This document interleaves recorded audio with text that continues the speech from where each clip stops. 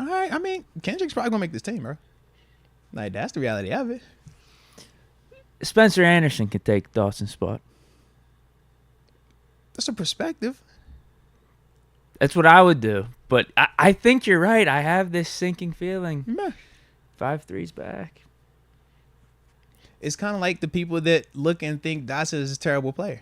It's like, no, people have, they'll highlight a couple of plays, and if they allow that to remain in their KG mind can't over be trusted, though.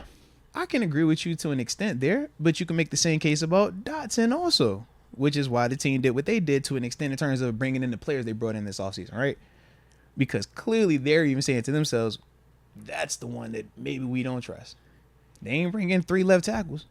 They drafted one, but they ain't bring in James Daniels the year before, Seyu Malu this year, and Nate Herbig this year. Dotson can hold his own in the NFL as an offensive lineman. I'm with you 100% on that. Do you get what I mean? I know we've had those 2 plays pop up. That's what I talked about. There have been lowlights of Dawson's career that are very magnetized. I get that. Yeah. But as a down in, down out O lineman, I'm with you. He's a guy you can trust out there. Dotson's a better player than Green. We know that. We're not debating that. Whereas that's why one has Kendrick started Green, 3 years. One has started 1 season and hasn't been back on the field since then. So, yeah, we ain't debating who's the better player. Yeah, Dotson is definitely the better player. Definitely. But that's also why when you're talking about value, you're not lying to GMs in this league and acting like Kendrick Green is a better player than Dotson. And that's what I think you Omar at Khan times has that and ability. other fans be trying to do. Like Omar Khan's like 99 overall as a GM. I think he could have convinced them somehow. All I'm saying is, man, we know what both of their limitations are. We know what their strengths are. One just got way more value. So we sitting here with an extra 4th round pick this upcoming draft, right? Kendrick Green was not going to give you that. I can guarantee he will go get you that, man. In terms of the swap, you will go swap. Well, obviously, I'm kind of joking here. It's just tongue in cheek. I know, but I mean, could we have got Green for a 7th rounder potentially? But for all that, I'm just like, what's the difference in him staying here then? I mean, I already told you what I would do. Yeah, Green just wouldn't be here. But if we could trade him, former 3rd round pick. You guys want to take a flyer on him? Give us a 7th? Yeah, I'm like, man. You take that if you can, but if not, yeah, you just part ways. Nah, I ain't tripping on it, man. I ain't tripping on it. I just think that his. Hold on. What's up? You feel like KG is going to make the team? To an extent. What would you do, though? All I'm saying is it wouldn't surprise me if they kept Spencer Anderson and Kendrick Green, or if they kept one or the other, or if both of them were gone. It literally would not surprise me just because of where they are on this roster. We already got a shocking one today. And it just depends on, how many people they're trying to keep. But with that shocking one, it's a lot of information around that as well. So that's my thing in terms of Kendrick Green. Like, if I'm choosing between him and Spencer Anderson, I don't know. Do I go with I haven't seen you look terrible in stadium, so I'm going to go with Spencer Anderson? Nah. Because I'm like, at least with one dude, I've actually seen you make plays in regular season games.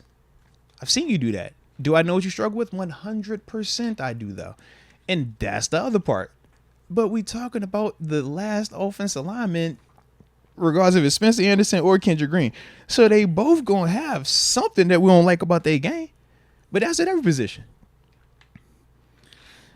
I feel like there's hope for Anderson, though, of being a legitimate guy. What is the long-term hope? Are you hoping that he beats out Dan Moore down the line, Chooks down the line, James Daniels down the line? I just say Mason Cole. Like, I just think just being a competent guy you can rely on, whether it is a versatile backup on the interior for like center and guard, or potentially being starter by like year 3, because contracts will start expiring. Like James Daniel, I think he'll be done. Is it this year or next year? Thought it was. Well, yeah, he'll be done within the next year or two. So then you can make a decision there on whether or not you want to re-sign Dan, or you think Spencer Anderson is ready to take it to the next level. Like, I don't know. I just look at it like Spencer Anderson versus Kendrick Green. Do I envision either one of them legitimately seeing the field this year, barring something like injuries? And my answer was no. Then I said to myself, whenever Chooks moves on or Daniels moves on, what gives me what's the higher probability of happening? Spencer Anderson developing into those caliber players, or me ultimately going back to free agency and spending money, or me drafting something? And I just feel like it's ultimately going to be me spending money on something or me drafting something is more likely to happen than Spencer Anderson developing into Chooks level or James Daniels level, Mason Cole level, Sayumalo level, or even Dan Moore's level. And it's not a shot at Spencer. It's just I know how hard that type of jump is to even go from there to there. I just don't think that one way or the other, whether I'm keeping Kendrick or Spencer, that's going to move my needle. So that's why I'm just kind of like, it just depends on which one they like a little bit better. Because if either one of them are out there for 3 to 4 games, we going to feel the same way, are we not? If Spencer Anderson had to start 2 games this year, we're still going to feel uncomfortable. Even though we're like, yo, you still played well this preseason. I'd take it over Green. We're still going to feel uncomfortable is what I'm telling you. We're still going to feel uncomfortable. Sure, but here's what I'm thinking, though, long term, and this is why I like Anderson over Green as well. Like, he could be on the slower trajectory or slower development trajectory, like a Matt Fowler. Okay. I think, worst case, he'll be like a steady backup for you. Fair, but maybe best case, he develops enough. Year 3, year 4. I'm not expecting anything this year or next year. Year 3, year 4, he could maybe be a starter for us for a season or 2.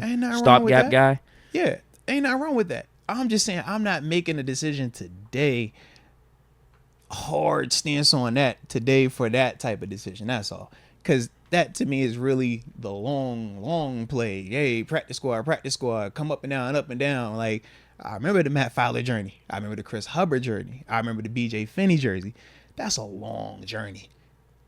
It's a lot of dudes that we done brought in for agency and draft in between there. Sure. I'm just comparing him, though, to the other O-linemen we have. No, seriously, I'm with you. It's Anderson. It's Kendrick Green. We already released LaRaven Clark. I don't even know who else is there. And Anderson, to my opinion, he's head and shoulders above any of those guys. So if we're talking about keeping an extra lineman, for those reasons, I'd definitely take Spencer Anderson. Like I said, I could understand it.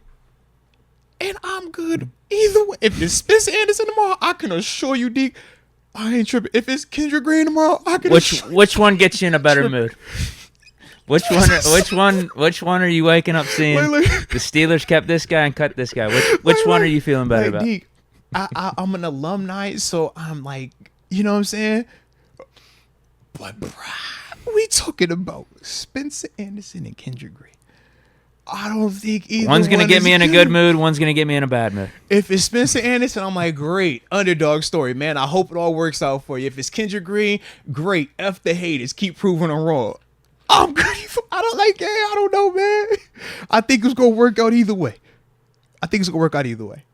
But I'm not tripping. You're right. In the perfect world, we see neither of them. Unless we see Kendrick Green at fullback for a couple plays. I'm like, when or should we ever see them where it's going to affect us one way or the other this season? It should not happen, man. It should not happen. That depth got a little thinner with that Dawson trade, though. So now we need to have how many people go down to see either one? It depends on the interior configuration, rotation. Right? Yeah, how you want to configure it and stuff. Yeah.